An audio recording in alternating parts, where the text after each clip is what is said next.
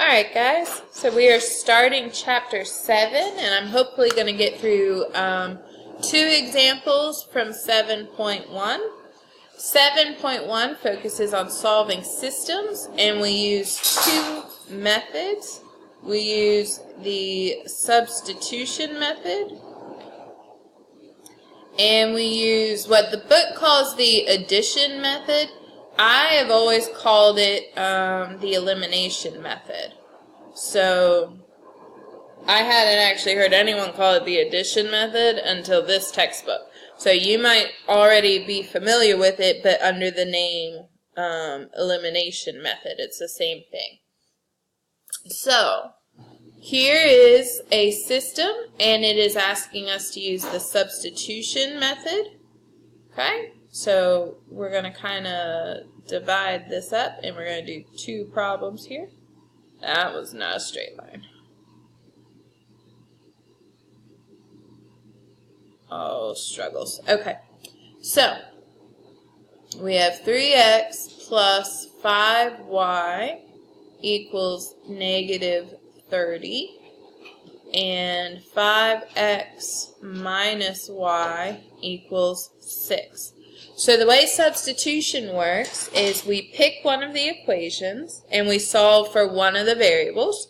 It doesn't matter which equation we pick and it doesn't matter which variable we solve for. We can solve for x or we can solve for y. Generally, there's typically one that's going to be the easiest. So if we look, just kind of glancing at it, I feel like this guy is going to be the easiest to get by himself because he doesn't have a coefficient in front of him other than that negative. So I think he will be easiest to get by himself. So if I solve for y, okay, I'm probably just going to add y over and subtract the 6. Do it that way. So I get y equals 5x minus 6. If you're not sure, write out all the steps. You'll see that it gets there. So y equals 5x minus 6. And now that we know that, now that we know y is equal to this expression, we can take the expression and plug it in for y in the other equation. Okay, you swap equations. So now we have that first equation is 3x plus 5y, but instead of y, I'm going to plug in this expression that's equal to y, right? We can do that because they're equivalent. This is equal to y. Then I just need to finish out the rest of my equation, and then I can solve this. And what makes this easier is that this equation only has x's. And because it only has x's, we'll be able to solve for x much easier than when the equation was a mix.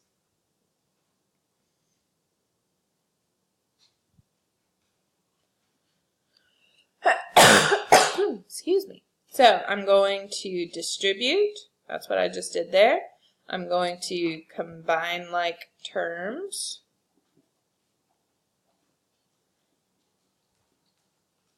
I'm going to add 30 to both sides.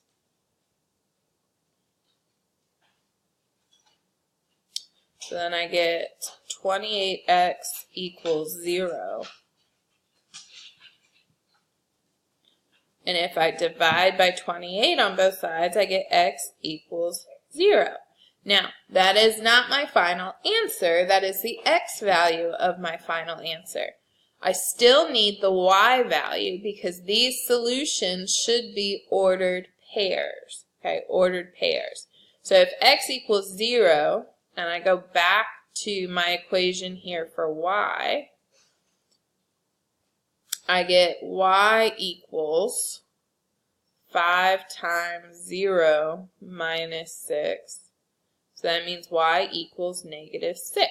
So my ordered pair is 0, negative 6. That is the ordered pair that when I plug it into both of these equations, both equations will come out true. When you type these in, remember it's an ordered pair, so it goes in parentheses.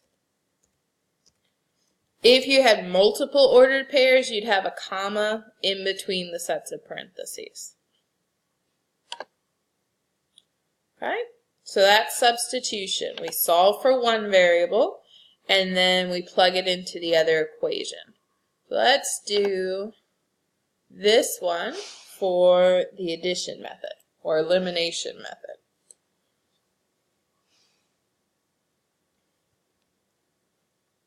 So we're just going to write it down real quick.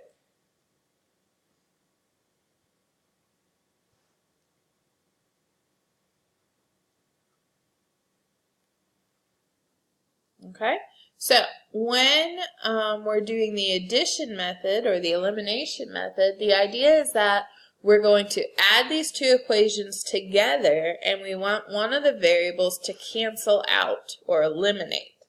So right now, adding these together, nothing would cancel. X plus 4x would be 5x. 5y plus 3y would be 8y. They wouldn't cancel out. But one thing I can do is I can multiply equations by any number I choose. So let's say I chose to multiply the first one by -4. How would that help me? Well, if I rewrite the first one after multiplying by -4, I get -4x minus 20y equals -28. And then I'll write down that second equation, which I didn't change yet. And now when I add these together, okay, adding the two equations together, -4x plus 4x cancels out, right? That equals 0.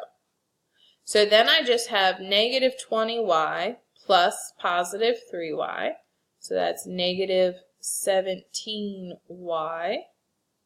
And -28 plus 11 is -17. 8 minus 1, 7, yep. So then I have a much easier equation to solve. I can just divide by -17 on both sides, and I get y equals 1, right? And again, that's half my answer. I'll go back to either of these equations, either one will work, and plug in my y value to get my x value.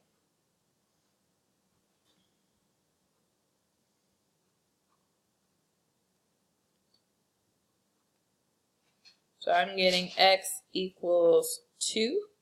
So my ordered pair is 2, 1. Making sure you remember x goes first. Even though we found the y first, x goes first here. So the addition method, you can multiply the first equation by a number or the second equation by a number, or you can multiply them both. You don't even have to use the same numbers. You could do one number for the first equation and one number for the second equation. But the idea is to make it work out to where something eliminates. And I eliminated the x's. That's why I chose to multiply by -4. But we could have eliminated the y's. We could have made this a 15y and this a -15y, right? Like we could have set it up that way.